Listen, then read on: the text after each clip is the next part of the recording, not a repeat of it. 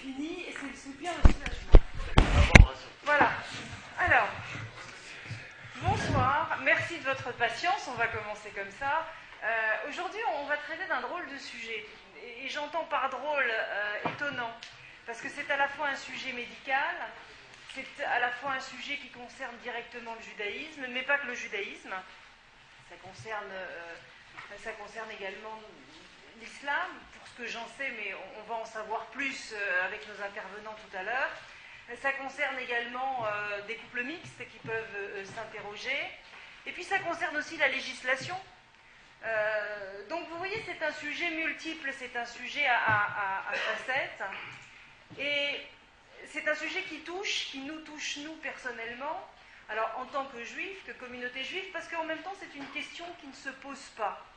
Quand on accouche et qu'on accouche d'un garçon, en principe, dans cette communauté juive, c'est pas une question qu'on se pose. Alors, même si les mamans dont je suis tremblent, vont mal, pleurent, etc., la question quand même ne se pose pas. Il y a la réticence, mais pas la question. Donc, on va essayer, avec nos intervenants, que je remercie d'abord d'être là, en dépit d'emplois du temps qui sont parfois des emplois du temps très lourds. On va essayer d'y voir un tout petit peu plus clair dans tous ces sujets, dans ce sujet pluriel. Alors, autour de cette table, vous l'aurez reconnu, Marc Zerbib, qui est professeur d'urologie à l'hôpital Cochin, qui est président de la synagogue du Tournai, qui est président de la commission d'éthique du consistoire de Paris. Donc ça, c'est important, justement. Commission d'éthique du consistoire de Paris et membre d'honneur du consistoire central. Hélène Viennet est à mes côtés, elle est psychanalyste, elle travaille dans le milieu des soins palliatifs, elle est femme, vous voyez, jolie en plus, mère, psychanalyste donc, non juive, et a décidé, avec son époux, de faire circoncire son fils, donc on aura... Ah tiens, c'est pas ça? Le suspense règne, mais absolument pas. Écoutez, je pensais. Alors je pensais, donc on verra avec vous. Et Raphaël, comme on en a parlé avant, j'étais sûre que là. Donc Raphaël Sadin, qui est rabbin, qui est le rabbin de la communauté de la rue Saint-Didier, qui est ancien professeur à l'INSTA. Il enseigne le Talmud, la pensée juive, et a publié notamment un livre qui s'appelle La voix de Jacob. Alors, je ne vais pas vous donner la parole tout de suite, mais j'ai hâte de savoir maintenant. On va commencer peut-être avec vous, Marc Zerbib, avec un aspect, peut-être, on va commencer par là, historique et médical. Exactement. Je vais me lever parce que pour présenter les diapos, c'est plus facile. Merci d'avoir, Paul, d'avoir fait cette introduction et vous d'avoir attendu, parce que c'était pas facile, on a une certaine angoisse de voir apparaître les diapos. Donc, bref, un rappel religieux, mais pour l'étendre aux autres religions, et ensuite poser des problèmes un peu d'ordre purement technique et de prévention éventuellement de maladies, et ensuite des aspects un peu médico-légaux de la circoncision. La diapo suivante. Donc voilà, des indications, en gros, si on peut parler d'indications à la circoncision, comme l'a dit Paul, dans le judaïsme, on ne se pose pas de questions, même si on a l'angoisse, et la maman en particulier. Donc les indications religieuses, il y a aussi des indications culturelles, il y a des indications dites hygiéniques, qui continuent à marquer les décisions de circoncision dans les milieux anglo-saxons nord-américains. Il y a des indications purement thérapeutiques, parce qu'il y a un phimosis, et qu'il faut libérer le gland, sinon il y a des difficultés majeures et des risques à tout niveau. Et puis il y a des indications dites prophylactiques, et c'est le problème qui se pose avec la prévention éventuelle du cancer du pénis, et surtout avec les préventions peut-être de l'infection par le VIH. Et puis on finira par les aspects juridiques un peu dans l'esprit du droit international et dans notre pays, la responsabilité médicale en particulier de ceux qui pratiquent la circoncision. Cliché. Voilà, alors dans le judaïsme, ça je ne ferai pas l'offense de parler trop longtemps de ce sujet pour le rabbin et la plupart des gens qui sont là.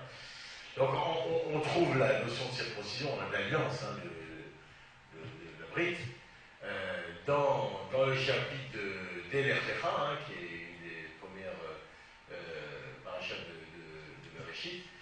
C'est mon alliance, ceci est mon alliance, Beriti, que vous garderez entre moi et vous, et ta postérité après toi, faire circoncire tout mâle d'entre vous, chapitre 17, verset 10. Vous circoncirez la chair de votre excroissance, et il sera un signe d'alliance, Brit Mila, entre moi et vous. Le verset d'après. À l'âge de 8 jours, que tout mâle dans vos générations soit circoncis par vous, de même l'enfant né dans ta maison, ou acheté à prix d'argent parmi les fils de l'étranger qui ne sont pas de ta race. Donc, tous ceux qui vivent dans la maison doivent être circoncis. C'est le verset 12, c'est les trois versets qui se suivent dans les prénoms. Cliché. Alors, il y a l'application à lui-même, d'Abraham, qui finit finalement, ça sera toute la symbolique de la circoncision, parce que c'est une manière de transmettre ce que la chaîne nous a transmis, c'est-à-dire de finir la création, la parfaire. Donc Abraham devient Abraham, Sarai devient Sarah, et il est dit, et mon alliance, cette brite, je la confierai sur Isaac, que Sarah t'enfantera à pareille époque l'année prochaine. Donc Abraham se circoncit lui-même, il a 99 ans. Il va circoncire parce que c'est l'enfant de sa maison, il a été édicté de le faire Ismaël qui à cette époque a 13 ans. Et tous les mâles de sa maison. Un an plus tard, Isaac va naître et lui va être, selon la demande, circoncis à 8 jours sur l'ordre divin. Et là on le trouve dans le chapitre de Vaïra, qui est la paracha d'après, chapitre 21, verset numéro 4. J'espère que mes citations sont bonnes. Fiché.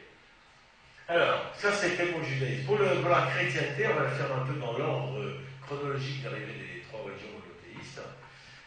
Saint Luc, dans les évangiles, évoque la circoncision du Christ. Et lorsque furent accomplis les 8 jours pour sa circoncision, il fut appelé du nom de Jésus, nom indiqué par l'ange avant sa conception. Alors, tout a changé avec saint Paul, avec Saül de Tarse, où d'ailleurs il y a une très belle fresque dans la cathédrale de Chartres qui symbolise la Mila de Jésus. Et là, il y a la grande différence, à partir de Saül de Tarse, la circoncision n'est rien, et l'incirconcision n'est rien. Ce qui compte, c'est de garder les commandements de Dieu et la notion de baptême et de purification par l'eau. Donc, disparaît dans la chrétienté, enfin, n'apparaît pas dans le christianisme. La circoncision, c'est 2 siècles après la date retenue de la mort de Jésus. Donc c'est le baptême, cliché. Suivant. Toute la chrétienté n'a pas abandonné la circoncision. Les coptes font à la fois le baptême et, par immersion, et la circoncision. Et on voit dans le vitrail d'un cloître d'une cathédrale copte justement cette circoncision. Donc le christianisme oriental, pour une partie d'entre eux, a gardé la circoncision. Cliché. Alors l'islam. En islam, la circoncision n'apparaît pas dans le Coran. Elle n'est pas écrite. Le prophète a clairement recommandé, par contre, à travers ses hadiths qui ont des conseils, ses paroles, de la pratiquer. Il s'agit d'une sunna, donc de quelque chose qui est transmis en oral. Elle fait partie des pratiques de l'islam, des actes intégrés naturels de la religion d'Abraham, donc la reconnaissance à Abraham, avec comme filiation Ismaël, en disant nous t'avons révélé, suis la religion d'Abraham qui a été vouée exclusivement à Allah, c'est la sourate 16. Dans la tradition musulmane, le premier enfant à avoir été circoncis est Ismaël. Le prophète dont la lignée aurait donné les Arabes. Ceci explique pourquoi ils sont circoncis. Alors normalement ça aurait pu être 13 ans, mais je pense qu'il y a une certaine méconnaissance des textes de la Bible, et que ça a été fait entre 4 et 8 ans, que c'est fait maintenant entre 4 et 8 ans. Et de plus en plus jeune dans ce climat. Cliché. Suivante. Alors, dans l'islam, c'est cité dans les hadiths, dans le sens du maintien de la propriété, une notion hygiénique qui est faite. De purification, d'hygiène et de purification, ça s'appelle la tahara, ça a vraiment une grande homonymie avec nos termes. Donc la nature primordiale comporte 5 exigences pour être un bon musulman. La circoncision, la première, le rasage des poils du pubis, la coupe des ongles, l'épilation des aisselles et la taille des moustaches pour ceux qui portent la moustache. Cliché. Suivante. Alors il y a le problème des protestants, puisque chronologiquement ils sont arrivés après l'islam. Les protestants, il y a eu vraiment des notions un petit peu particulières en venus des îles britanniques, surtout au niveau des États-Unis et de l'Amérique du Nord, il y a eu des choses complètement folles. C'était finalement un procédé anti-masturbation. Voilà. Ça n'avait jamais été remis en cause jusqu'à moment de la sécurité sociale anglaise en 1948, où on trouvait que c'était peut-être un peu cher à payer et qui pouvait peut-être faire éviter en ne conseillant plus la circoncision. C'est quand même aux États-Unis que c'est encore le plus fait, même s'il y a un petit retour actuellement, enfin un recul, puisque c'est fait en clinique au 3e jour que les enfants sortent circoncis. Et il y a un Américain célèbre, hein, c'est l'inventeur M. Harvey Kellogg, hein, qui a inventé les cornflakes, et qui prenait la circoncision d'une manière dure. Hein, il fallait qu'ils souffrent. Hein, donc, chez les enfants, sans anesthésie. Donc, une espèce de souffrance du corps, d'avoir à payer pour je ne sais quel éventuel cliché. Alors le bouddhisme, ça concerne quand même pas mal de monde, hein, de millions, de milliards d'individus. Alors, je m'en fous de l'Internet, laisse-moi la diapo. Voilà. Dans les pays asiatiques de tradition Confucius, bouddhiste ou shintoïste, c'est pas connu, complètement absent de leur culture. Alors quand il y a eu la guerre de Corée, puis l'invasion le Vietnam, puis la présence américaine dans ces pays-là, avec les évangélistes et tout ça, il y a eu un certain nombre de circoncis, mais c'était l'influence américaine, cliché. Alors il y a d'autres contrées où c'est des raisons non pas religieuses, mais purement culturelles, dans les civilisations tout à fait d'Afrique profonde, où même s'ils ont été ensuite islamisés ou christianisés, il y a quand même une culture de la circoncision, on retrouve des couteaux hein, qui datent de près de plus de 2000 ans, qui servaient à la circoncision. On avait les enfants qui étaient bandés pour la circoncision. Cliché. Et on va plus loin, parce que nous on date ça à partir de l'Echlecha, mais il semblerait peut-être que historiquement, dans l'Antiquité, enfin les Grecs, quand ils faisaient l'histoire de ce qui s'était passé avant eux, considéraient que la paternité revenait aux Égyptiens. Et qu'il y avait des prescriptions de type hygiénique, et on retrouve dans les bas-reliefs un certain nombre d'actes qui ressemblent étonnamment à une circoncision, hein, avec le pansement après et tout. Voilà, donc si on peut faire un peu historique de tout ça, on peut en arriver là. Cliché. Alors, ça représente beaucoup de millions d'individus. Alors, cette diapo c'est des chiffres de 2004, où il y a tout ce qui est jaune, hein, c'est l'islam, tout ce qui est. Et vous avez en rouge les pays où il y a plus de 60% des individus circoncis, et tout ce qui est jaune, c'est 100% des individus circoncis.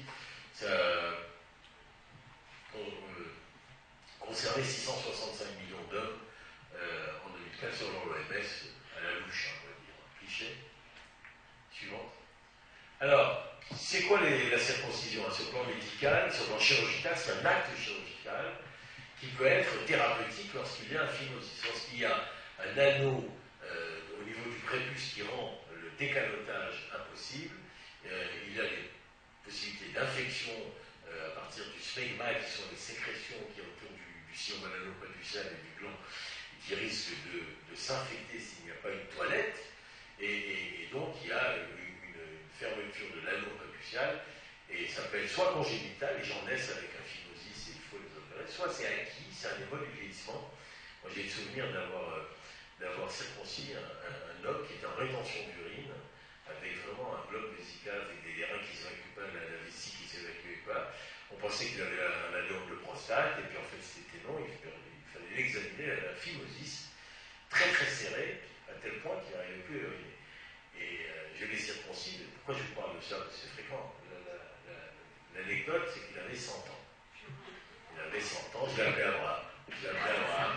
Et je l'ai circoncis à 100 ans, et il est reparti pour un tour. Donc il y a aussi donc, alors, pour le phimosis physiologique, c'est-à-dire l'enfant qui naît, qu'on n'arrive pas à bien décaloter, parce qu'il y a des éléments et tout, avant d'arriver maintenant à la circoncision d'ordre thérapeutique, les dermocorticoïdes sont une alternative. On donne des corticoïdes, on demande à la maman de décaloter, de faire pendant la toilette et de masser avec la pommade corticoïde. Au bout de 3 à 6 mois, on arrive parfois à décaloter l'enfant et pour ceux qui ne le désirent pas, et c'est important de ne pas le faire, donc évitez, beaucoup de gens disent, il faut tout pour ne pas faire de circoncision.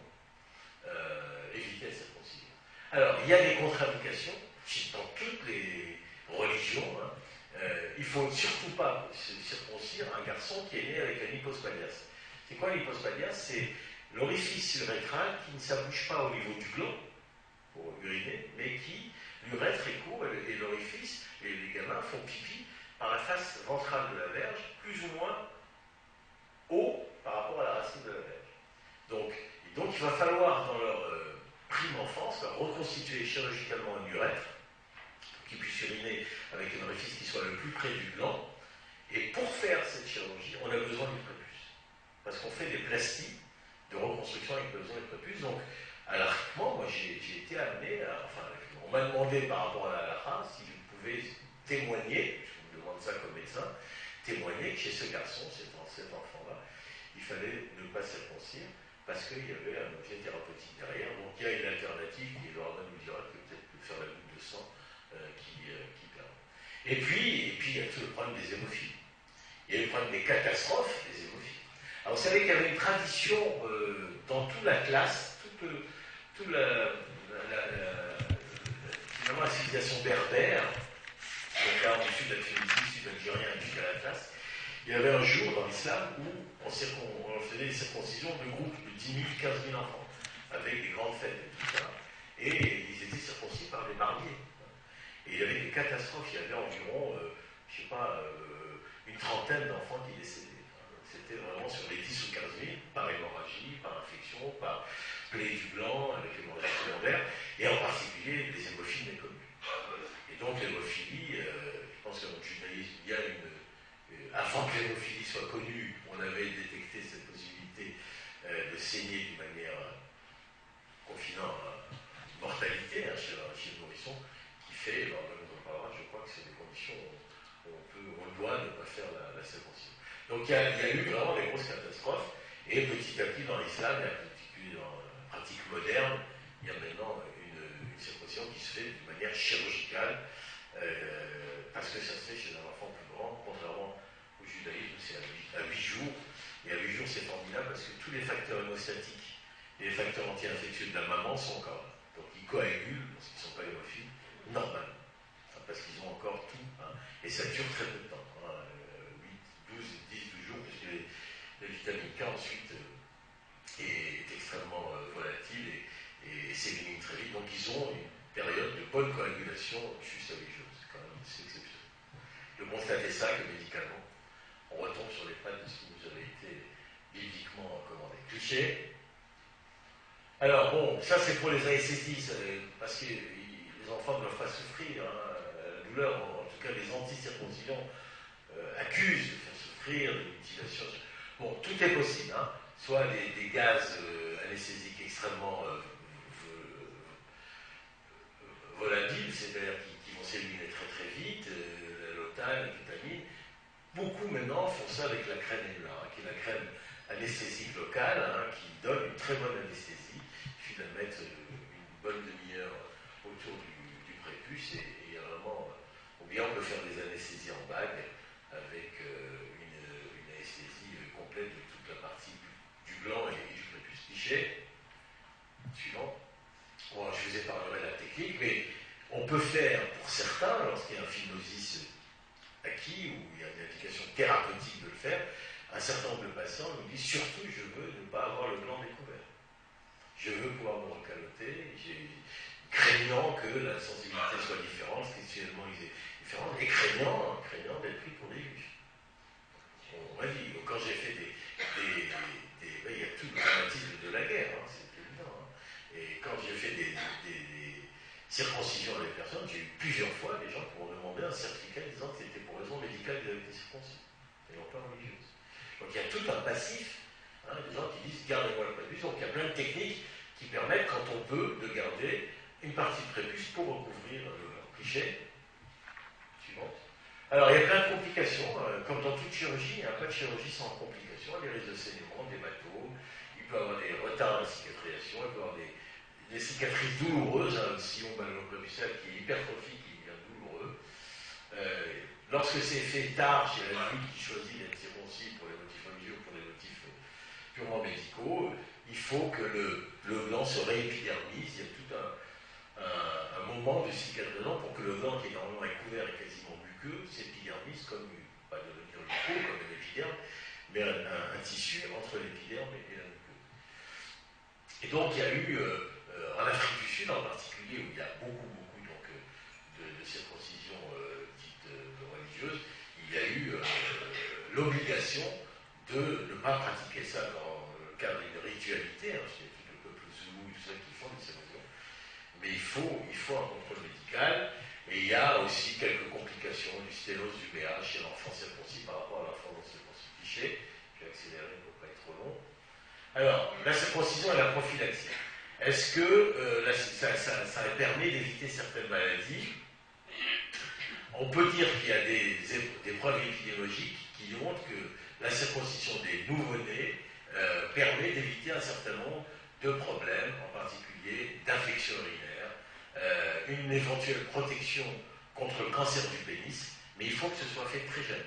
Il faut que ce soit fait avant l'âge d'un mois, parce que si c'est fait plus tard, le risque de diminuer le risque de développer un cancer est certes diminué par la circoncision, mais beaucoup moins que lorsque la circoncision est faite avant un mois. Donc on a une tendance à dire que pour l'avenir, pour toutes les maladies infectieuses qu'on peut contracter, ou pour la cancérisation, une circoncision, et quand elle est faite, et surtout si elle est faite tôt, est un facteur discriminant, diminuant le risque à long terme. Cliché.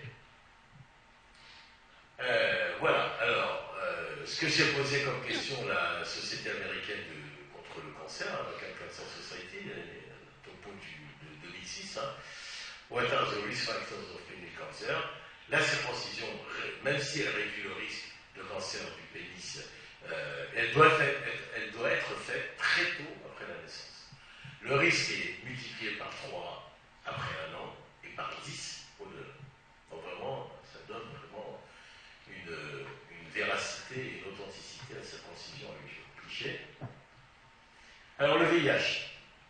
Le VIH, il y a eu des grandes enquêtes, il y a eu 2 grandes enquêtes, hein, celle qui a été faite au Kenya et celle qui a été faite en Ouganda et qui ont fait l'objet d'une publication retentissante dans le Lancet en 2007. Donc voilà les conclusions des 2 études. La circoncision réduit le risque d'acquisition du VIH chez les jeunes hommes en Afrique.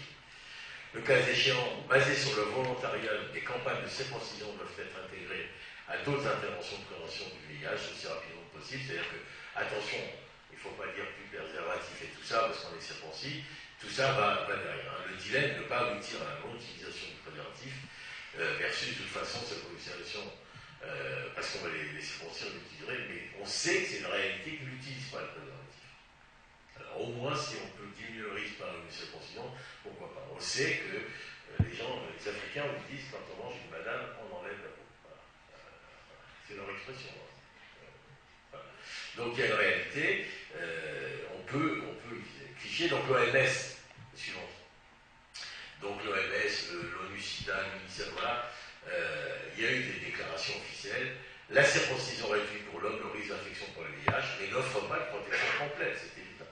Mais il a été prouvé.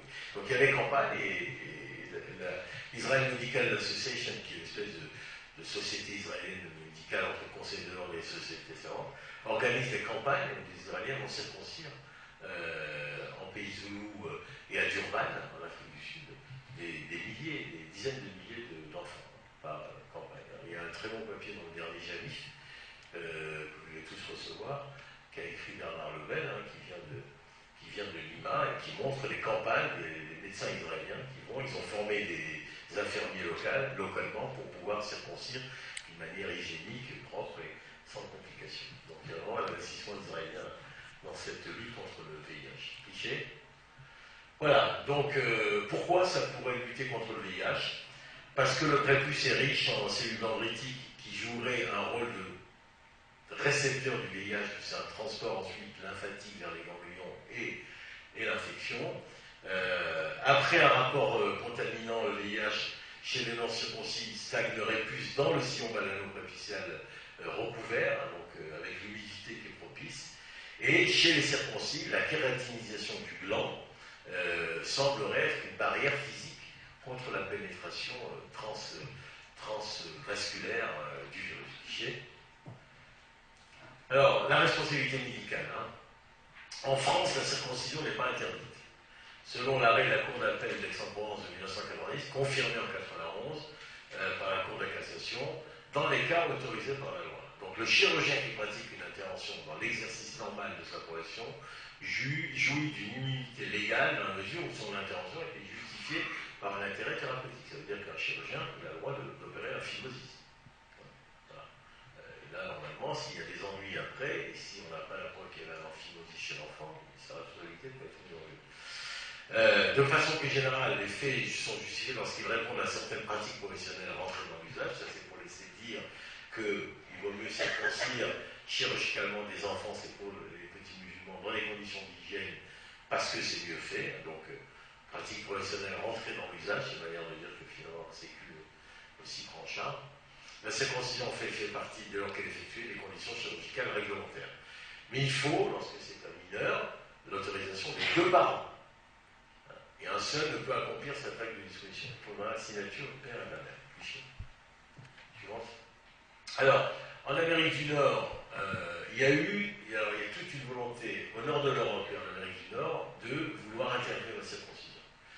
Et donc un certain nombre d'associations ont envoyé au Sénat une proposition de loi pour interdire la circoncision. Il n'y a aucune réponse. Aucun sénateur n'a marché dans la chose. Et le lobbying n'a pas marché.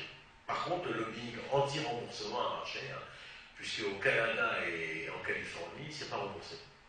C'est aux frais complets de la famille. En Scandinavie, c'est un vrai problème. C'est un militantisme avec une volonté d'assimiler la circoncision à l'excision. C'est l'excision chez le mâle. Donc, comme une mutilation sexuelle, il y a tout un... Enfin, il suffit d'entrer sur Internet, il y a des débats, c'est vraiment... Il y a des fous furieux, des anti-circoncision, avec vraiment des syllogismes entre excision et circoncision. Bon, en France, pour les musulmans, elle est praticable chirurgicale vers l'âge de 2-3 ans. Il n'y a plus de circoncision au milieu familial des musulmans. Il y a le problème de remboursement de la sécurité sociale. Donc là, on ne va pas rentrer dans ce détail-là. Mais tout chirurgien, soit pas pédiatrique, urologue, viscéral, est autorisé. Chez les juifs, c'est fait à l'âge de 8 jours, par un Moël qui est formé par ses pairs. C'est vrai que de plus en plus, c'est des médecins.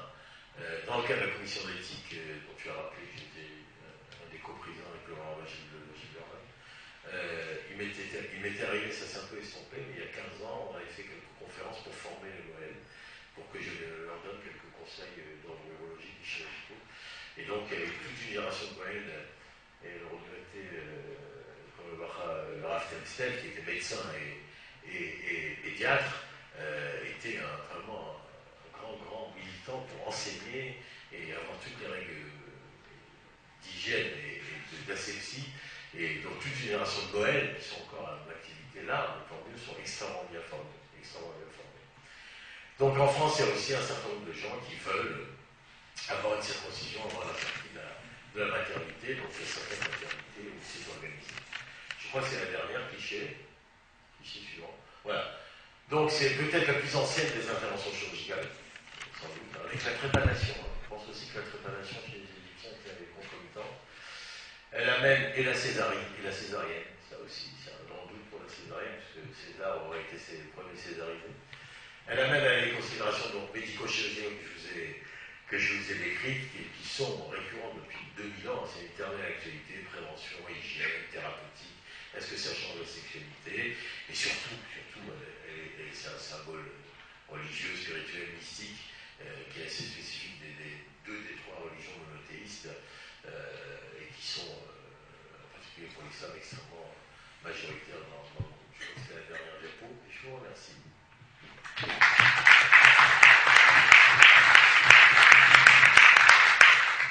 Alors on va évidemment tout à l'heure pouvoir poser des questions, si on le souhaite, à Marc. Moi j'en ai déjà plein, donc j'ai déjà commencé à écrire pendant qu'il écrivait. Je vais pas vous faire un résumé de ce qu'il a dit, mais pour mon petit rappel des principales religions. Donc Abraham se circoncis lui-même à 99 ans, Ismaël 13 ans, Isaac 8 jours. Avec Saint Paul, le christianisme, la circoncision n'est rien, elle est remplacée par le baptême.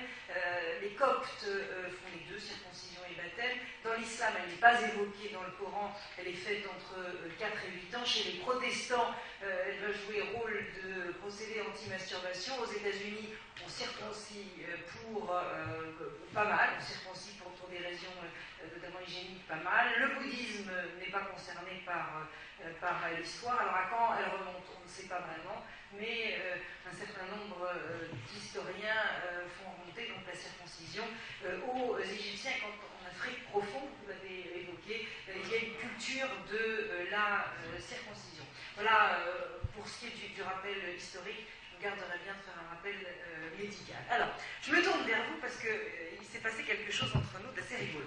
Donc, je découvre mon intervenante et nous discutons. On a discuté pendant, je ne sais pas, peut-être 10 minutes, et on parlait de deux choses différentes, et l'une et l'autre. Moi persuadée qu'elle n'était pas celle que je croyais, et elle persuadée qu'elle savait exactement qui elle était. Donc on a eu une conversation comme ça qui était assez intéressante parce que tout tenait. Alors c'est vrai, comme je l'ai dit en introduction, dans la religion juive, quand on est juif, on ne se pose pas la question de la circoncision. C'est pas franchement une question qu'on se pose. C'est une angoisse pour les mamans, probablement aussi pour les papas, même s'ils ne le disent pas, une fierté aussi, mais ce n'est pas vraiment une question qu'on se pose. Dans d'autres cas, on peut se poser des questions et apporter d'ailleurs différentes réponses. Vous vous êtes posé la question et j'ai presque envie de dire, vous avez un lourd cumul parce que vous êtes psychanalyste. Donc vous pouvez vous poser la question, là encore avec des facettes et des angles tout à fait différents. Donc autant vous dire que nous vous écoutons avec intérêt et attention. Enfin, à l'époque, je me suis posé cette question comme mère. Et comme mère aussi. C'était surtout ça qui me préoccupait. Donc, ce soir, j'avais envie de vous parler de qu'en est-il de la circoncision pour une femme, une mère, une psychanalyste et non juive. De cette tasse où vous m'avez conviée, je vous en remercie, vous ne trouverez dans mes propos aucune vérité, aucune position morale ou décisionnelle. Je ne vais certainement pas vous aider beaucoup à penser le pour ou le contre, le oui ou le non de la circoncision. Je n'ai pas l'intention d'aborder ce sujet par faut-il ou ne faut-il pas, est-ce traumatique ou pas. Ces questions n'ont d'ailleurs, me semble-t-il, comme vous le rappelez, aucun sens pour les juifs en général, puisque ce geste ritualisé, collectif, constitue un acte fondateur depuis des millénaires. De nombreux articles ont été publiés dans ce sens, et je ne suis pas du tout spécialiste pour juger du pour ou du contre la circoncision. D'ailleurs, la posture d'une psychanalyste n'est pas de délivrer des vérités ou des prescriptions, car elle doit toujours se distinguer du discours médical ou universitaire. La psychanalyse, elle ouvre à des questions, aux questions, à la question. Tout trajet psychanalytique nécessite de sortir d'une problématique binaire, poupée ou pas, en l'occurrence. Et seule la vérité du sujet qui vient me parler m'importe. Alors, comment je pourrais ce soir passer d'une question collective à une question individuelle et d'une question individuelle à une question collective? C'était mon souci.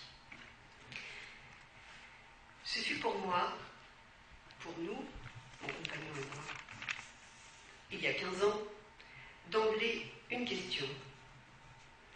Pour moi, en tant que mère, en tant que conjointe, en tant que fille et en tant que femme.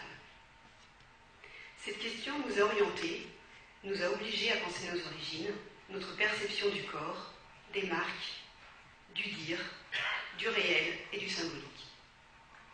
Je voudrais tout d'abord ce soir remercier Nourit Aviv, qui m'avait sollicité à l'époque pour témoigner dans son film Circoncision, il y a une dizaine d'années.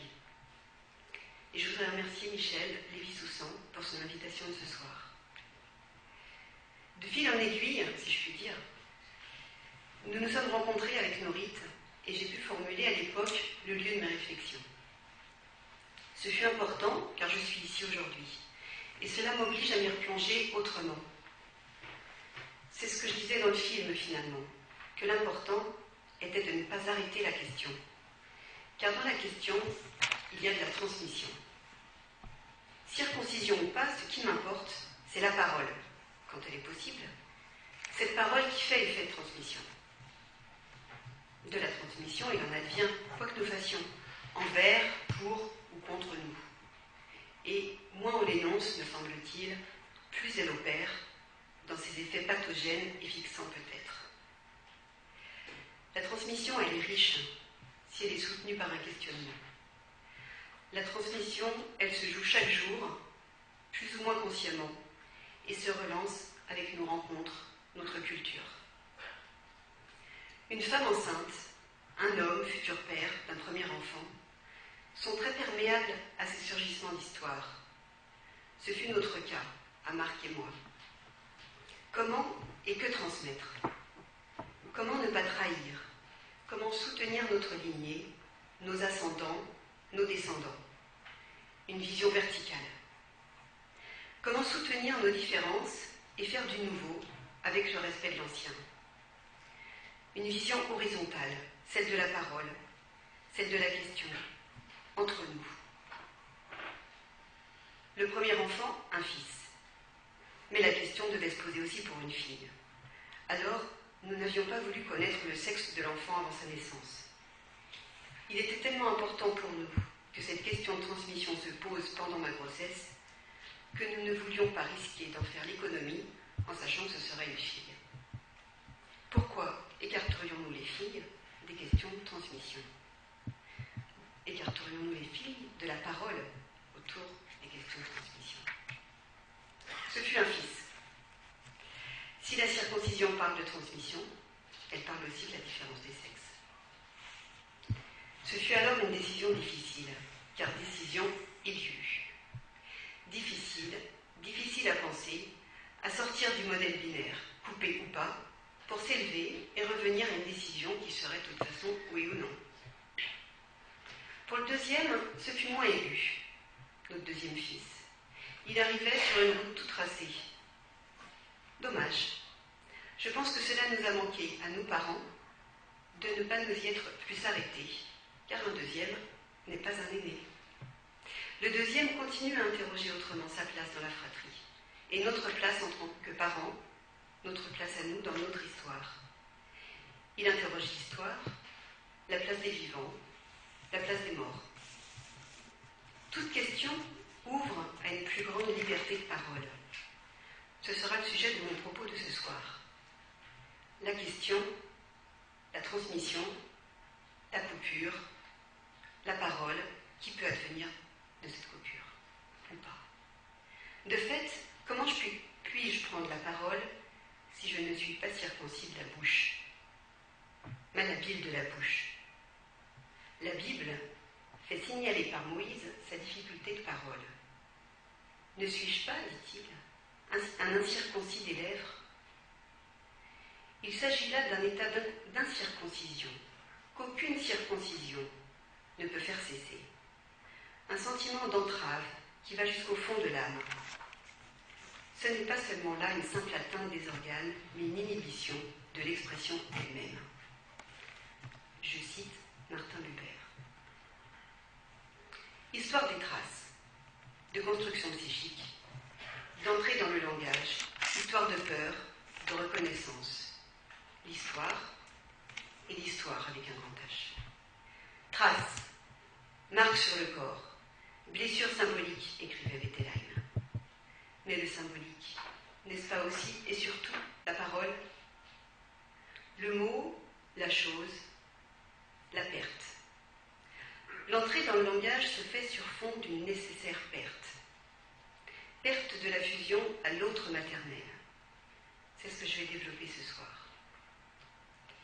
J'aborderai ce soir cette question à partir de la théorie psychanalytique et j'interrogerai ce que c'est que la transmission, la coupure, en tentant quelques hypothèses.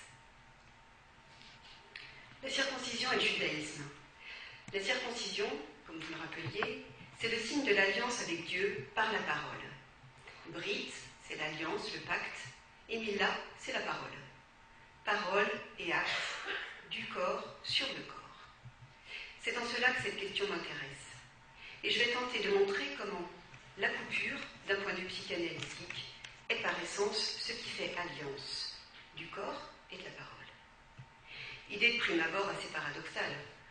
Comment ce qui tranche peut-il faire alliance? Nouer une alliance se dit trancher l'alliance en hébreu. C'est à partir de ce qui se noue et de ce qui tranche que je me suis interrogée. La circoncision est un acte qui rassemble, un acte identitaire qui a un effet de transmission. Elle noue, par cette coupure, le peuple juif à Dieu. Alliance du peuple avec le désir de celui qui l'a élu, ce petit morceau de chair tranchée, nous dit Lacan dans Les Noms du Père. C'est-à-dire qu'il y a d'abord eu un investissement nécessaire par la communauté avant la coupure. Il est question d'investissement, de transmission et de loi. Le jour de la circoncision est un jour de fête, d'initiation, d'introduction à une consécration spéciale. C'est un jour où un petit garçon juif entre dans la communauté en se soumettant à la loi du Père, à la loi des pères, ai-je envie de dire, puisque c'est parce que chaque homme s'inscrit dans la loi qu'il effectue à son tour cet acte sur son fils. Donc la circoncision ne devrait pas être ici une question. Questionner aujourd'hui la circoncision dans le judaïsme n'est à la limite pas une question juive. Car pour les juifs, la circoncision, elle se pose comme loi. Aujourd'hui, avec les couples mixtes, ça revient à s'interroger, cette évidence. Comment l'appréhender avec un abord laïque? Comment permettre à cette question de se déployer pour chacun? Devient-elle alors une question individuelle? Une histoire de rencontre et d'ouverture d'un peuple à la différence? Comment passer de la question collective à une question individuelle? J'ai tout d'abord voulu détacher cette question du judaïsme, interroger l'acte de la circoncision comme tel, une question qui seule concernerait le corps. Mais finalement, je n'ai pas pu, car je me suis rendu compte que le corps, seul en lui-même, n'est pas. Pourtant, la question de pourquoi une marque sur le corps génital demeure. Dans l'Homme Moïse, Freud présente la circoncision comme un substitut symbolique de la castration, qui symboliserait la soumission de ce peuple à son père fondateur. La circoncision, nous dit-il, est le substitut symbolique de la castration que le père primitif avait jadis infligé à ses fils dans la plénitude de son pouvoir, et celui qui adoptait ce symbole montrait qu'il était prêt à se soumettre à la volonté du père, même quand elle lui imposait le sacrifice le plus douloureux. Le marquage corporel est ici considéré comme travail de symbolisation, caractéristique du travail culturel, en lien, et c'est important, avec la fonction paternelle. J'y reviendrai plus loin sur la question de la soumission à la volonté paternelle, qui ne concerne pas tant le père en tant que tel, mais en tant qu'il sépare l'enfant et la mère. Tout homme est alors définitivement marqué dans son corps comme manquant. Ce sera le travail de tout humain de pouvoir y faire avec sa part manquante, aussi bien fille que garçon, de savoir y faire avec la castration, qu'elle soit inscrite ou pas sur le corps. La circoncision vient inscrire sur le corps que l'être est séparé de quelque chose, qu'il sera à tout jamais manquant en tant que tel, en tant qu'il est soumis à la loi du Père, à la loi du langage. C'est bien dans cette relation à cet objet perdu dont il s'agit ici. Mais, dit Lacan, ce dont il s'agit n'est point, loin de là, localisé à ce petit bout de chair qui fait l'objet du rite. Il s'agit bien d'autre chose. Le corps est marqué d'une marque, qu'il soit circoncis ou pas, un reste nécessaire pour entrer dans le langage.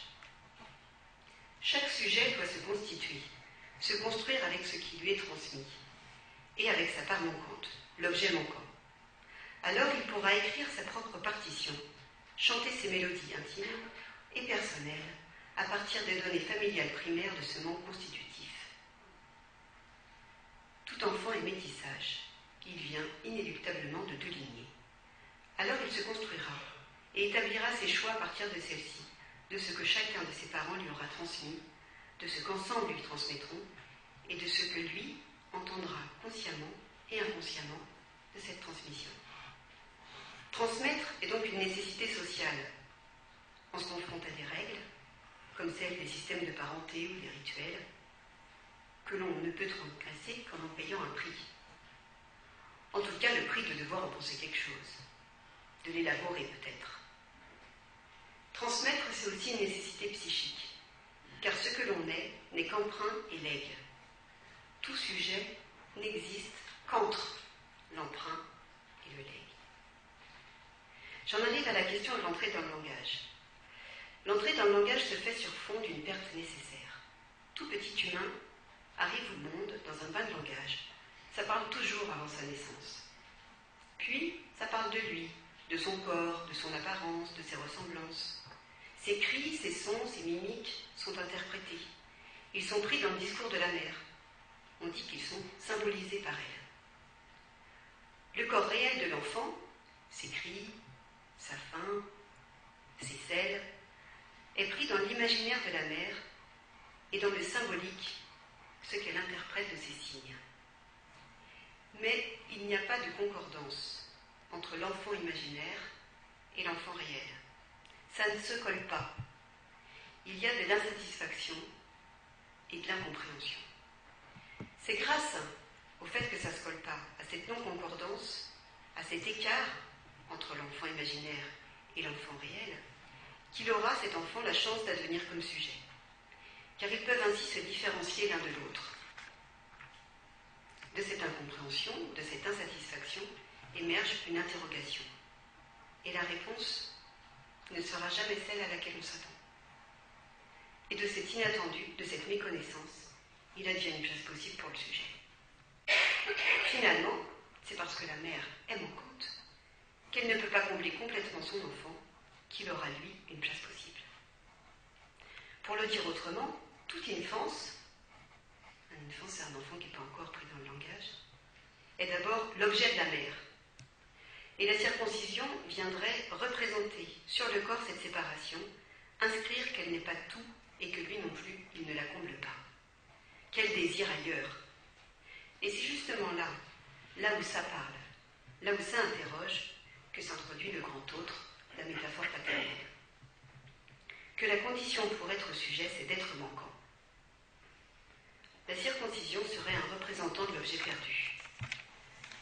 La circoncision, comme venant circonscrire l'objet, en tout cas, elle vient inscrire sur le corps la marque que pour tout sujet, dès son entrée dans le langage, il y a perte. Le prépuce qui chute fait trou. Il crée une cicatrice du bord. Il chute, et en chutant, il est définitivement coupé, mais il est inscrit. Ce qui reste, c'est le gland, marqué de la perte, de l'inscription dans une communauté par un rituel impliquant la loi des pères. Ce rituel est soutenu par les bras, les corps, les chants, les hommes. Couper, c'est donc introduire un autre qui vient couper, et c'est le propre de la fonction paternelle. La religion, le rituel, en place de fonction paternelle, se pose alors maintenant des questions autour du corps de l'homme, de son image, de sa symbolique. Ils, les pères, impriment la marque sur cet objet bien particulier. La marque est celle de la castration. La castration, pour Lacan, est une opération symbolique qui détermine le sujet. Mais il souligne qu'il y a un paradoxe. Pourquoi l'être humain doit-il être castré pour parvenir à la maturité génitale ? La castration ne concerne évidemment pas l'organe réel. L'enfant, fille ou garçon, veut être l'objet du désir de la mère. Puis, l'interdiction de l'inceste vient déloger l'enfant de cette position idéale d'être l'objet du désir de la mère. Cette interdiction est le fait même du père symbolique, c'est-à-dire d'une loi dont la médiation doit être assurée par le discours de la mère. Mais elle ne vise pas seulement l'enfant, elle vise aussi la mère. Et pour cette raison, elle est comprise par l'enfant comme castrant celle-ci. Alors la mère n'est plus toute puissante. Et l'enfant n'est pas tout puissant pour elle. Ils ne font pas un. Et c'est ce que je vous disais tout à l'heure. Elle ne peut pas combler totalement l'enfant, et l'enfant, lui non plus, ne peut pas la combler totalement. C'est là qu'intervient le père, celui qui est supposé par l'enfant être l'objet du désir de la mère, celui qui est, plus exactement, supposé par l'enfant l'avoir, cet objet manquant qui pourrait combler la mère. C'est donc à partir d'un manque et d'une reconnaissance d'un autre en place de celui qui le détiendrait, cet objet, que la parole adviendrait. La constitution du sujet repose donc sur une castration symbolique. Le manque n'est jamais réel. La circoncision n'est qu'un semblant de castration. Quant à l'agent de la castration, en tant qu'opération symbolique, c'est le père réel, dit Jacques Lacan, c'est-à-dire le papa ou celui qui en tient lieu. Questionner la circoncision comme acte physique ritualisé, culturel et symbolique revient donc à repenser la séparation et la place du père. Peut-on parler de circoncision psychique ? J'ai essayé de vous montrer en quoi la circoncision est un acte symbolique et qu'elle permet, en tant qu'acte symbolique, une séparation et une appropriation subjective. En quoi la coupure est nécessaire pour penser la fonction paternelle entre la mère et l'enfant. C'est peut-être pourquoi, dès qu'on parle, il y a toujours de la création, une écriture, une invention.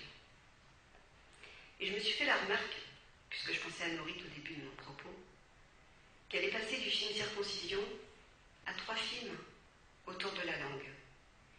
Et le suivant, après Circoncision, c'était un sur la langue maternelle. Et je me suis demandé le rapport entre la circoncision et la langue. Pour les couples mixtes, faire ou pas, telle est la question. Je voudrais, pour conclure, revenir sur quelques remarques cliniques pour vous montrer que la question de la circoncire ou pas reste toujours une question subjective. Car lorsque j'interroge mes amis, j'entends autant de réponses et d'argumentations que d'histoires singulières, toujours intimement mêlées aux histoires familiales des deux parents. Et c'est ce que nous voyons dans le film de Nourrit Aviv, que la réponse n'est pas univoque. Oui, mon fils est circoncis. Cet acte est important dans la mesure où il venait faire coupure, là où justement cette coupure était difficilement repérable dans ma problématique familiale, dit l'une. Non, car de cette coupure risquait d'advenir une coupure familiale réelle qui ne pouvait se soutenir, dit l'autre. Oui, par raison d'hygiène, et la question est rabattue au seul rang du point de vue médical. Oui, car le rituel, c'est le rituel, et je ne peux m'y soustraire. Ne pas circoncire mon fils aurait été trahir mon père et me nier en tant que juive. Pourtant, je ne suis pas pratiquante. Je vous remercie.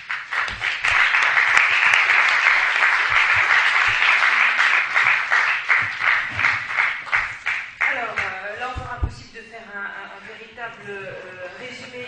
Quelques mots glanés au passage. Lorsqu'on se pose la question, si on se la pose, c'est également penser nos origines et nos corps. Il est important, je vous dis, de ne pas arrêter la question.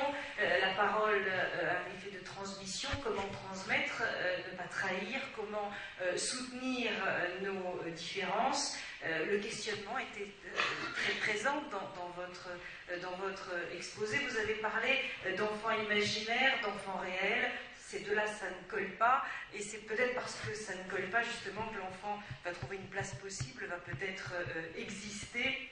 Ils ne font pas un, avez-vous dit, ce qui en tant que mère juive m'a absolument démoli l'âme et le cœur. Ils ne font pas un, donc, mais effectivement c'est parce qu'ils ne font pas un qu'ils sont deux et que l'autre, donc l'enfant, a une place. Alors vous avez parlé, mais ça peut-être que ou Marc ou Raphaël y reviendront, d'actes symboliques. Est-ce que c'est un acte symbolique ? C'est pas comme ça que je l'ai vécu, mais là encore le questionnement est ouvert. Vous avez dit que c'était un rite, et Marc à côté disait ça n'est pas un rite, donc on pourra peut-être y revenir.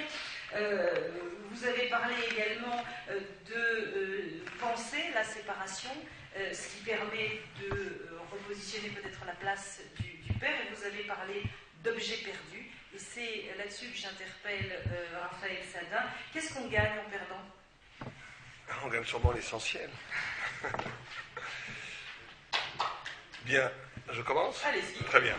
Alors moi j'ai toujours un petit problème avec la psychanalyse, parce que dans la psychanalyse, c'est tout à fait curieux d'ailleurs, c'est une des rares approches, avec aussi la philosophie quand même, où il y a des fulgurances qui rejoignent la Torah, mais il y a en même temps un retournement et quelque chose de diamétralement opposé, dans le sens où on a beaucoup, tout le discours psychanalyste tourne autour de l'utilité symbolique d'un rituel. Or, le judaïsme s'oppose toujours comme un dépassement de l'utilitaire. J'avais un maître qui disait « la Torah ne doit servir à rien. Si elle sert à quelque chose, elle est asservie à un mode social, politique, psychanalytique, économique. » Quand on disait « elle doit servir à rien », ça veut dire qu'elle devait être au-delà de la servitude, et elle devait ouvrir un horizon transcendant qui dépassait l'être. Et c'est une des dimensions qui est très oubliée dans la modernité.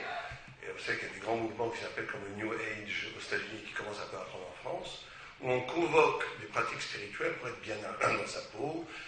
Certains disent je fais Shabbat parce que c'est meilleur pour l'éducation des enfants, etc., etc. Dès qu'on met la Torah au service du bien-être, on est dans une trahison profonde de ce que c'est le discours toraïque. Quand je dis au service du bien-être, ça peut être aussi bien d'un point de vue complètement primal, ça du bien-être familial, mais même quand on parle d'un bien-être psychanalytique ou d'un bien-être qui fait sens dans une constellation symbolique que pourrait donner la Torah, c'est aussi une trahison de l'approche spiritualiste de la Torah qui est une réponse à une injonction spirituelle qui se présente sous la figure de l'absolu. Donc, je vais essayer de parler très rapidement, parce qu'on a peu de temps, sur que veut dire pour la Torah cet acte de la circoncision. Là, je rejoindrai complètement monsieur Marc, je vous son prénom, que ce n'est pas bien entendu, ça ne peut pas être réduit au rituel, ça ne peut bien entendu pas être réduit à quelque chose d'hygiénique, ça ne peut bien entendu non plus ne pas être réduit à quelque chose de symbolique. Et donc, ce qui est important, et je pense que c'est ma fonction ici, c'est de faire ressurgir la dimension spirituelle, ça veut dire transcendante, au-delà de toutes ces considérations déterministes, et déterminer qu'est-ce que veut dire véritablement au niveau du sens judaïque cet acte de circoncision.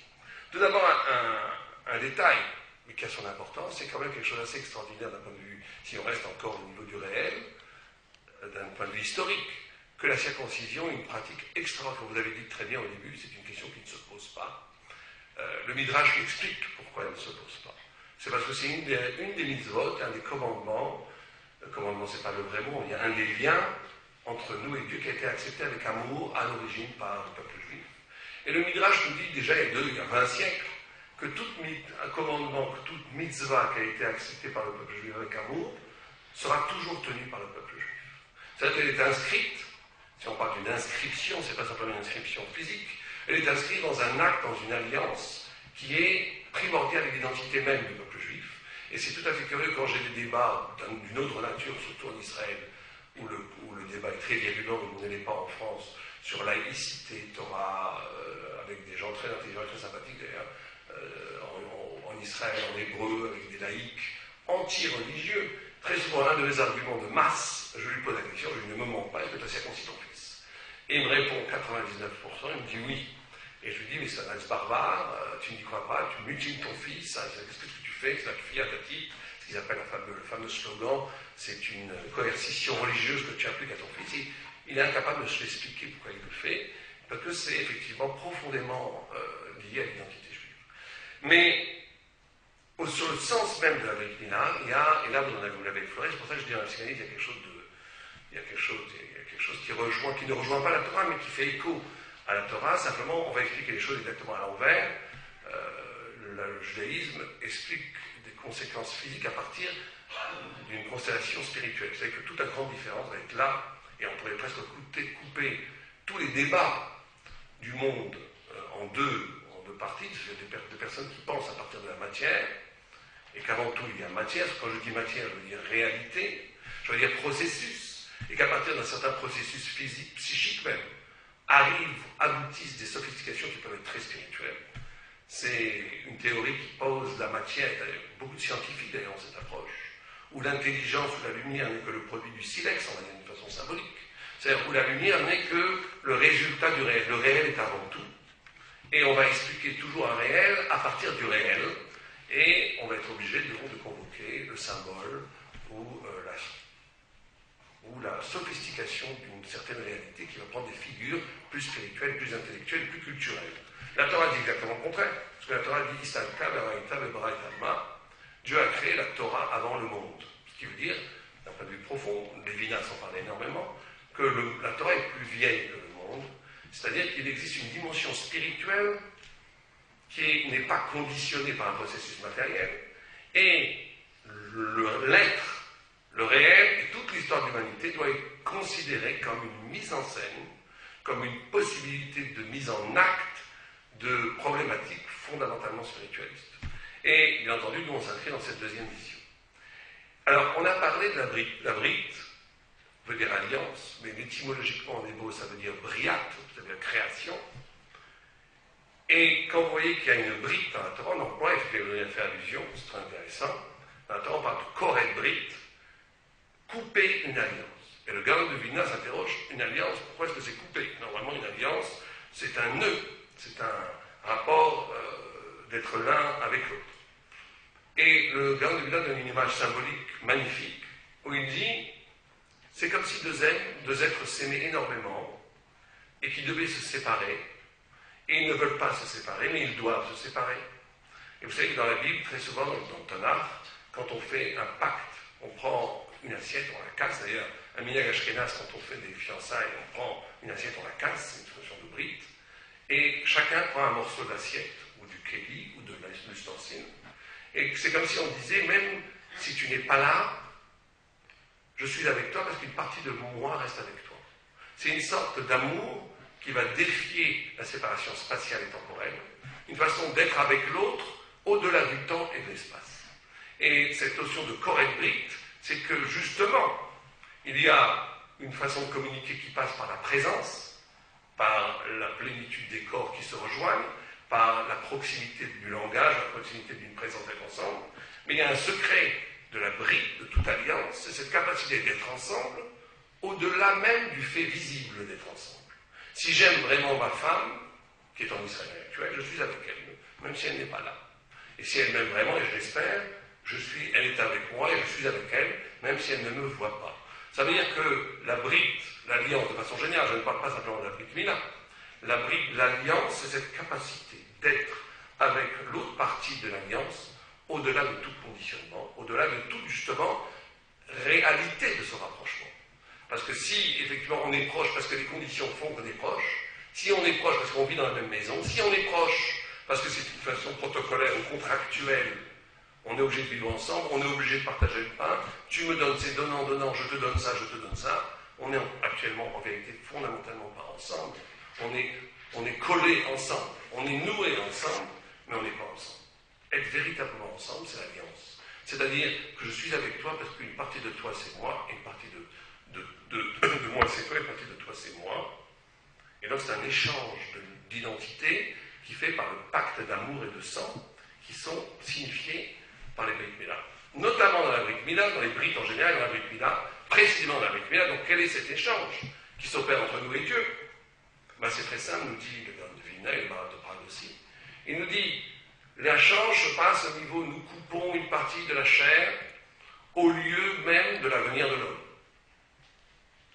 L'avenir, le prépuce, est déposé sur un des membres du corps qui est la puissance procréatrice de l'homme. Donc le temps, donc le futur, la transmission, l'avenir de l'homme. Et je prends le risque donc de couper une partie du membre qui est mon avenir et je le donne à Dieu. Quand on parlait de la chute du prépuce, moi je dirais plutôt l'élévation du prépuce. Et d'un autre côté, Dieu nous donne quelque chose en échange, c'est précisément le contrôle du temps. Puisque vous savez que dans le judaïsme, il y a un livre qui avait été écrit par Echel qui s'appelait Les bâtisseurs du temps. Dans le judaïsme, ceux qui vont décider du temps spirituel, du contrôle du temps, on n'a pas tellement le temps de développer ici, mais cette notion d'une maîtrise du temps par le bas, qui se fait de façon effective par le fait que c'est les tribunaux rabbiniques qui décident des dates de Kippour, de Hiroshima, etc., mais bien entendu, d'un point de vue spirituel, ça va beaucoup plus loin. C'est-à-dire qu'une partie de l'histoire, une partie de la capacité de mener le futur même de l'humanité est donnée à l'homme.